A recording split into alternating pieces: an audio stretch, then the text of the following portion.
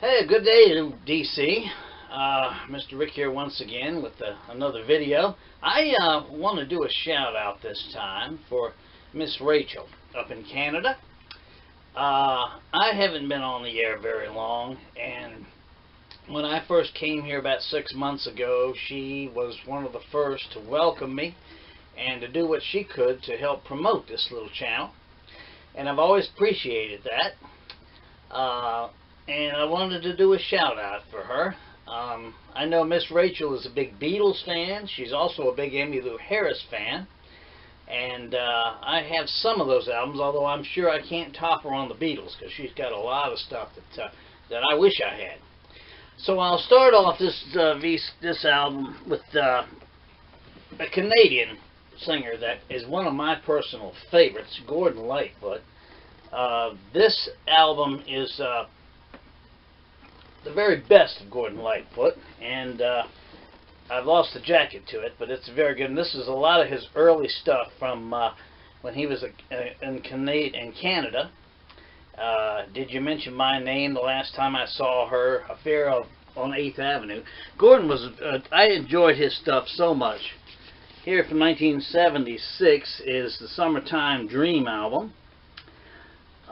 It's got the Wreck of the Edmund Fitzgerald on it, which is one of my personal favorites. And Summertime Dream is also on here. That's another hit he had way back in 1976. And in 1970, I guess in this country, this is the record that really made him famous.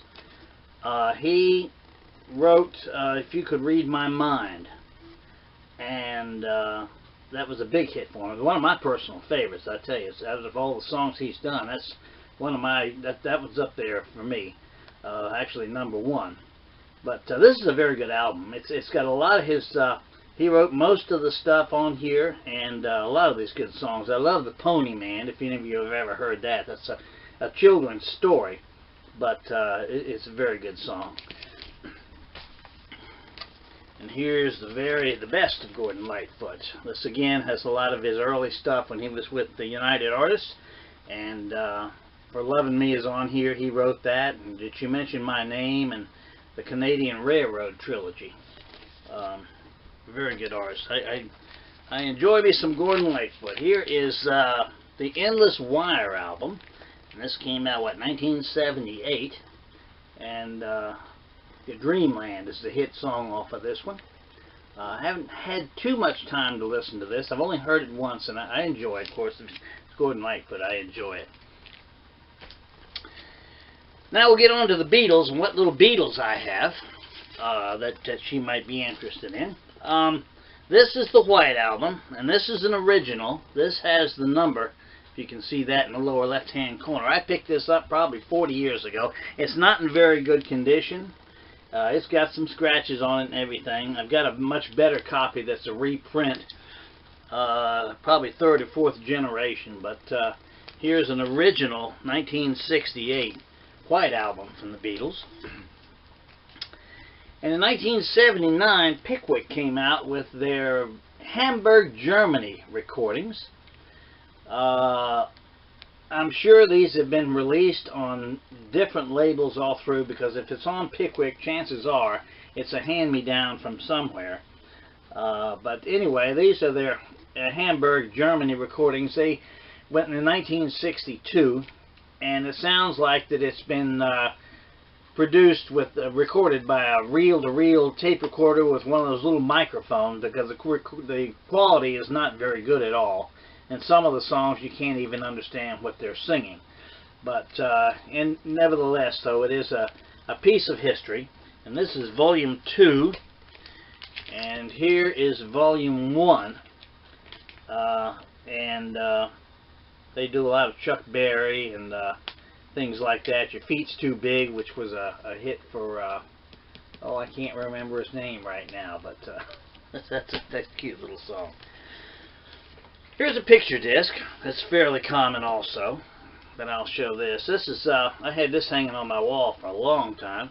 The Sgt. Pepper Lonely Hearts Club Band. There's side 1, and there's side 2. And this album has been edited, and not all the songs that are on the album are on this recording. but it's interesting nevertheless. The Sgt. Pepper's Lonely Hearts Club Band album. Now on to Emmylou Harris. Here's her Christmas album, which is a very good Christmas album. Christmas Time's A-Comin', and she does several of the classics of Little Town of Bethlehem and Away in the Manger and Little Drummer Boy. And there's the back of it. And the only other ones I have by Emmylou are, here's Profile 2. And that has the Blue Kentucky Girl on it, Born to Run, Mr. Sandman, and Our Last Date, which she did and had big hits for in the 70s. And here's the first one. This is the Profile 1 from the best of her when she was beginning to become a country singer. One of These Days is on here. To Daddy, which is my favorite of all the Emmylou Harris. I like To Daddy. And Together Again and Hello Stranger. She did several of them. And that's my profile.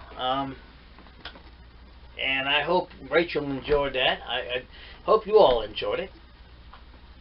And I just wanted to do a shout out and say hey, and hope everything's going well with her new format of live recordings that she's doing. The next week and the next several weeks I'm going to do, I last night decided to go count all my Christmas albums.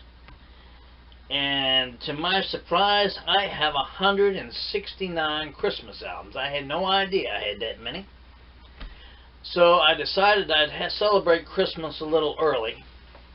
So what I'm going to do is I'm going to pull a page out of Robert's book on my turntable, and I'm going to go ahead and do as many as I can in alphabetical order. I'm sure I won't get through all of them. It's going to take several recordings or several sessions in order to get through most of it, but I want to help present Christmas to you all and show you some of those wonderful Christmas albums that I've got.